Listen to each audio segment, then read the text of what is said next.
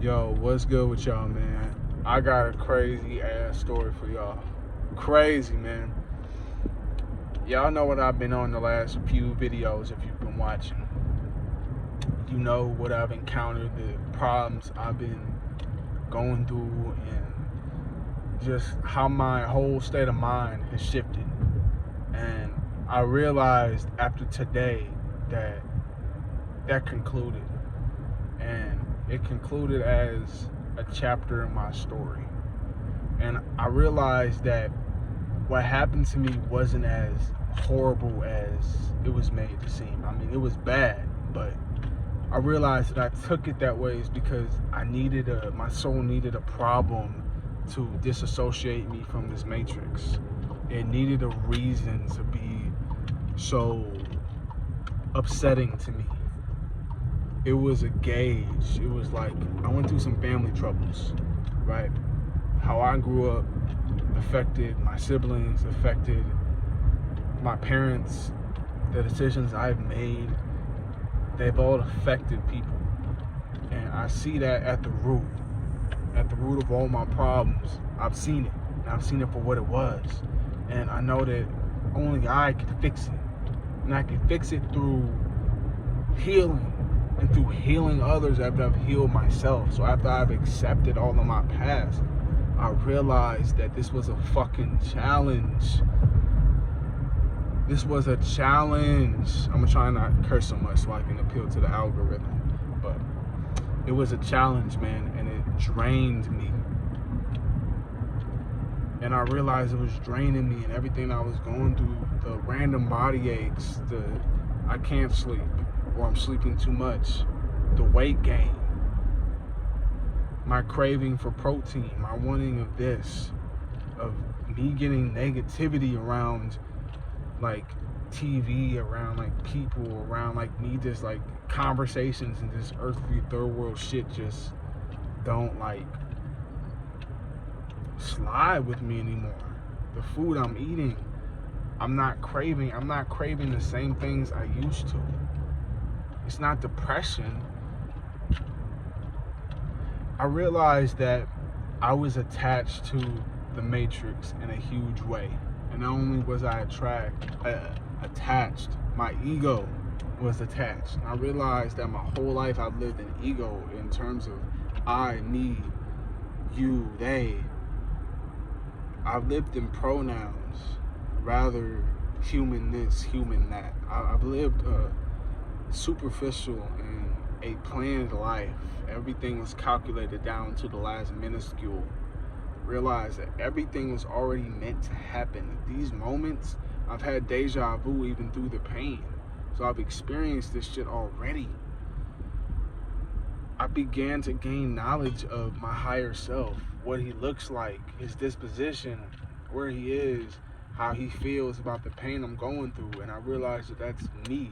And I'm just having a human experience. And that we all exist through the Father, the Son, and the Holy Spirit, Trinity. We all exist through that because we all have multiple forms of self. Your real self is up there chilling. Your higher self is up there chilling. You got like reality glasses on and you're playing your fucking life like it's a video game. That's what's happening. Your soul itself is traveling between. Your soul is comparable to the Holy Spirit. It exists in human. The Holy Spirit itself is a separate entity, but it's comparable. It's the same. A spirit is a spirit, and it travels through us, right? I've been disassociating from weed. I've been detaching from sex, from lust, from porn, from food, from sleeping, from normal human things, and I'm not realizing how much it's stressing my soul out. Realizing that I'm fucking purging. Realizing that this whole thing was a purge to get me to another reality, and I'm adapting to the climate in this new reality. I've been getting like intense like power in my body, intense like a rush, like a rising, and I couldn't explain it, and I don't know why. And it was like I feel good. I was hearing like a hero anthem playing in my head for like ever, like I gotta be a hero. You know, like I gotta save people. And I began to realize, man, today, after I found out about my past self 2 days ago, my past life, today I found a samurai book explaining samurai code. If you watched my last video, you would know that I found out that I was an ancient shogun in my past life. I don't care if you believe me, you say this nigga's crazy, I don't care. That's facts, because I feel it in my soul. You can watch that if you want to disagree with me. But regardless, I found a samurai book and explained the code. And not only did these rules feel familiar to me, I understood them. You know the Japanese names? I was able to read them with ease. I don't even speak Japanese. I don't know their pronunciations. And I got every word. It was innate to me. And I realized that this code I was already living in, the honor of a samurai, I know it sounds head-ass and ridiculous as hell, I know. But the reality is I was living in this reality already, and I didn't know it. I was being guided through the ancients.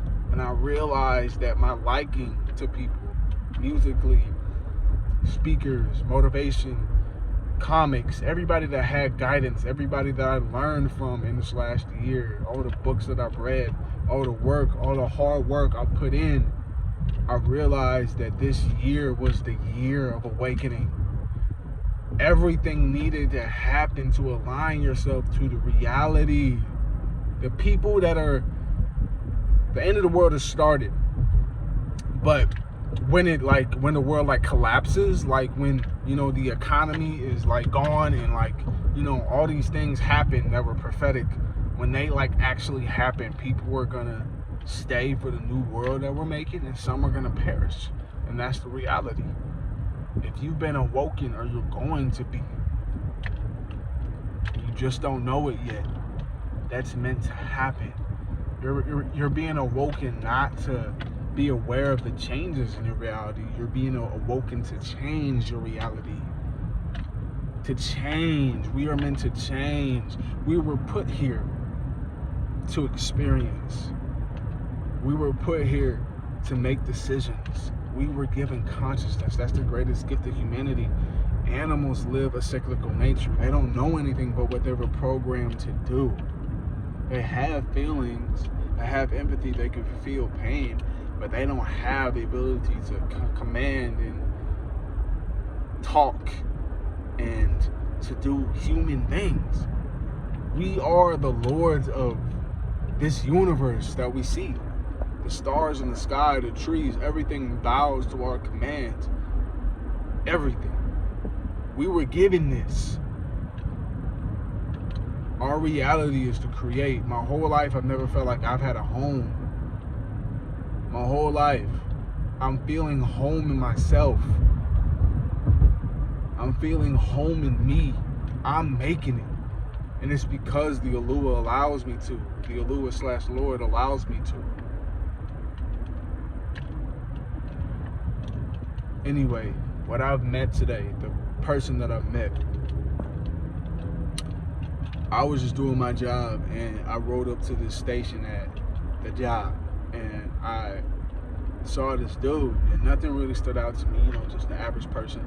And I saw his tattoo, and I'm like, I see a lot of tattoos. I see a lot of people with nice tattoos. I don't personally believe in getting them, but I can appreciate them once they're gotten, right? So I saw this tattoo, and I'm like, what is this? So I asked him. He had like a very artistic spiral of bats everywhere, and I didn't know it until later, but he had a huge bat on his forearm, a huge one. And I was like, this is like, I gotta ask about this. So I asked him, and he told me that he got that from Batman, and this dude had on a Batman mask. And I was like, okay. But what's ironic about that was that I was just showing somebody I knew that movie, Batman Begins, where he got his inspiration for his tattoo. And I was using the same thing that he principled that tattoo on to show them something of facing your fears. And that's what he got the tattoo from. I manifested that like 2 weeks later. So I was talking to him, and he told me that he lived the same life. He lost his parents too. He was adopted. He went through a lot of tribulation. He deals with a lot of anxiety and fear. And although he's not that afraid of bats, he used that as a metaphor for the things he's gone through in his life. And he told me he planned on getting his entire right side tattooed with bats all the way down to the feet. And that was his motivation. He calls it a disease. That's his pain. It's a very artistic thing. And we began to speak about life. And mind you, I've never met this dude in my life. This isn't the first story I've came to y'all and spoke about with me meeting somebody and me learning something from them, because I know now that these are divinely set up and our energy attracts them. When I've spoken to people in the past, and these are people that I never meet again in my life, complete strangers, never see them, never hear from them, they're at my job one day, I don't ever meet them again. I see them on the road, I see them at a restaurant, I never meet them again. I know that they're either angels or they manifested to teach me something. Whether I teach them mainly, or they teach me, I learn something from them. And I learned a lot from this dude, man. He's a cop and he works there part-time. I've never liked cops in my life. I've never liked police business. Because I know what it really is. It's modern day slave patrol. That's what they used to be. That's where the badge originates from. They were slave patrol. They used to pick the slaves up and they ran away. They disciplined them. They locked them up. They were the enforcers. Modern day, that's what it is. But people get into that profession for power, for money, for etc. But there are some good people, good-hearted people out there who get into it for the love of humanity. And he was one of those people. And before he even told me, I grasped that because I was able to read him and I could feel that his aura was bright. It's damaged and it's dim, but it's brighter than most. Because us bouncing ideas off of each other, we bonded so well. So well. Like, I've known this guy. It was just, usually, I'm not going to lie to you, it's been hard for me to speak to normal people. Earlier, I did the same thing. I gotta get gas. I spoke to people, and every time that I said something that I felt, people were like, yeah. But anyway, they didn't give a fuck. I keep cursing. They don't care about what I said. They don't care about that. They just wanted to speak. To speak again. They let me speak again. They just wanted their point heard. And a lot of the time when we talk, people complained. I realized that they liked complaining. That's all that they wanted to do was complain. They just wanted to get that issue out. And that's it. Right? That just happened to me before I talked to this dude. I put up to this dude. Conversation flowed like I knew this dude. Like, I honestly felt like after work, if I was legal to get into the bars, I would have pulled up with this stranger and had a beer with him and talked the whole night. I swear I would have. Low key, I want to. You know what I'm saying? I would have. And this dude was just like radical. He was just like an awesome guy, you know? And he was one of those redneck white dudes. He literally had a redneck run on his shirt. Like, I think it was like a, poor white folk run, like a 5K. You know, he was a pretty built dude. But he told me that he grew up in a small town. And he moved to St. Louis for the diversity. That's really what he said, because he grew up around rednecks. And he described them as the, 6 in the morning, pop out, smoke a cigarette, drink a beer, get her done, make America great again as redneck people. And he said he was tired of that, environment. So he wanted a change, and that's when he came here. And he loves it for the diversity. And I found out that he deals with racism in the police department. I can't blame his small-town mindset, because I thought this dude was a little racist at first. Not like, oh, I hate you, but kind of like, say some slick stuff. You know what I mean? Because he was like, because I pointed out to him, I'm like, I really respect your individuality. I really think that's unique that you're choosing to stand out like that, because everybody is the same. Everybody has a sheep mindset. Everybody thinks about the same things. And, I applauded him for that. And we talked about the tattoo, and honestly, I forgot what I was just talking about. But I like that he, he said that he saw an air of mystery about me, but that's what I felt about the tattoo, because it's intriguing, and he said he felt it about me. And I remember where I'm at. Okay, so he said he felt that about me, and he thought honestly I stood out because of my hair, because nobody has that same hairstyle in the building. It's very generic. It's just a temple fade, and I sponge my hair up. That's all it is. But people look at that like, wow, I didn't think to do that. The things that I realize, the things that I do, I don't really think too in depth about it. It's just kind of like, that's me. But people look at the subtle things I do, and it's so profound to them. I realize that just me being me is what makes people want to fuck with me, makes people want to understand who I am, because he wears his pain outwardly, and that's very brave of him. He has tattoos to show what he's going through. I don't have tattoos. Only thing you can tell about me, really, because I don't wear jewelry, I don't wear flashy things.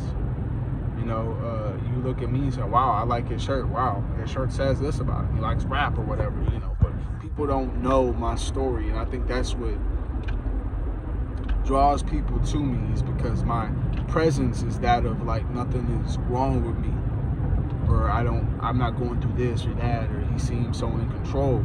But they don't know the scars that I have, that I carry with me. And that was one of the things that we were talking about, because especially him seeking diversity in his, basically one race town, and him wanting to be a cop to help people. And he told me something that really wowed me. He said, I don't, if I have to take down a big drug kingpin, I'll do that. But most of the time, my job is to listen. If you've had a horrible day, and you called us or whatever, and you just want to rant, you need to vent to somebody, I'm here for that. I'm here to do that. That's okay. We all have bad days. He said, I asked him, I said, do you get that a lot? He said, oh yeah, a lot. And he laughed. And I'm just like, wow. He said, I'm not the, put your hands where I can see them type of cop. I'm like, I got into this to help people. And I realized that this guy is outstanding. He is a grade A individual. I asked him, what I was really curious about with the tattoo was did you take the philosophy of Batman? Did you apply that to your life? Did you change the negativity and make it positive? He said, yeah. I could tell he's still healing from things, but he's a very powerful individual. He just doesn't know that. And he said, I feel like I told a lot about me and I don't know anything about you. And he said it really quick. And I said, huh? Because I didn't hear all of it. And then I put it together and I was like, oh, okay. And I realized that that's what makes me mysterious, is that I don't talk about me. I don't ever say this about me or that about me. I don't let people know anything. So I let them know. I said, what makes me mysterious and why you felt that is because of who I am, what goes on behind closed doors that I don't talk about. I don't have a mark that says, oh, this guy has a story. You just feel that I do, right? You just feel that. Something about you says this guy is different. And I know it's because of the light and the aura that I bear that attracts people to me through curiosity, and through curiosity they find their salvation. And we talked about it because we talk about helping people and how we both ideally feel that way. And I explained that my past, I said, I come from pain, man. Like, I come from it. I said, I've been to jail, you know, I've done those things. I've been in the streets, quote unquote.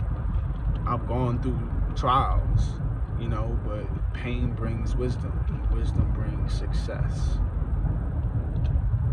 And I told him that, you know, I like to help. I feel like we can change this world.